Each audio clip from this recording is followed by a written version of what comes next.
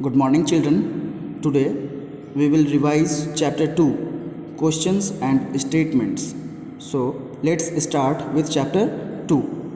तो चलिए बच्चों, आज हम लोग चैप्टर 2 क्वेश्चंस एंड स्टेटमेंट्स का रिवीजन स्टार्ट करते हैं।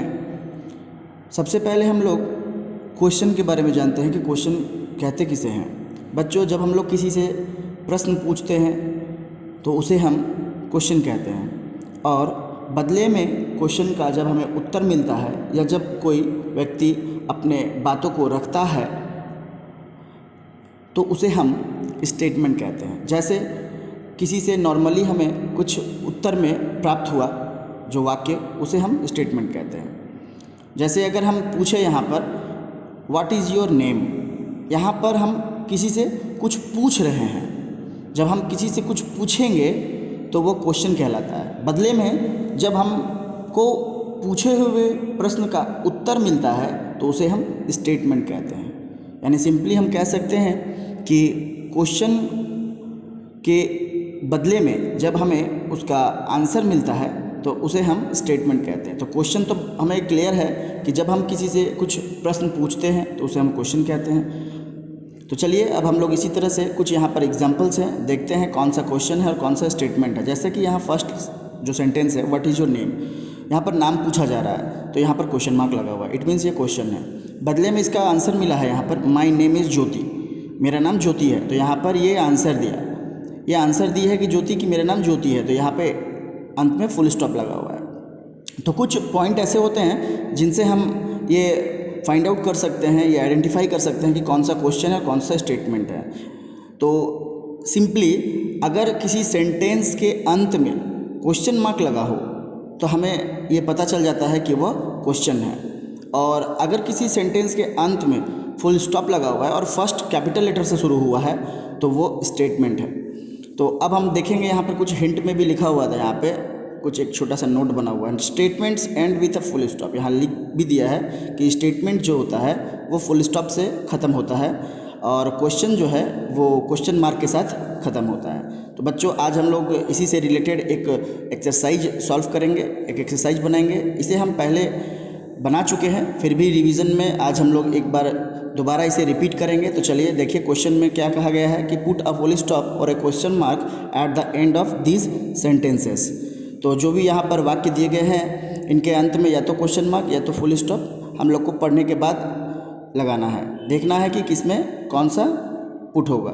सबसे पहला सेंटेंस अगर हम लोग पढ़े, in winter many birds come to this lake, यानी क्या कहा गया कि सर्दियों में कई पक्षी इस झील में आते हैं, तो ये स्टेटमेंट है, तो यहाँ पर फुल स्टॉप लगाएंगे।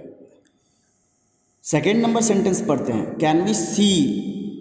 बच्चों, can, have, may, do, does, will और WH वर्ड्स जितने भी होंगे, अगर सेंटेंस स्टार्ट होते हैं इन शब्दों से तो हमें क्वेश्चन मार्क लगाना है। चलिए आगे देखते हैं, पहले इस सेकंड नंबर को देखें। Can we see some cranes in the lake, क्या हम झील में कुछ क्रेन्स देख सकते हैं। यहाँ पर पूछा जा रहा है कि क्या देख सकते हैं, तो इसीलिए यहाँ पे क्वेश्चन मार्क लगाएंगे।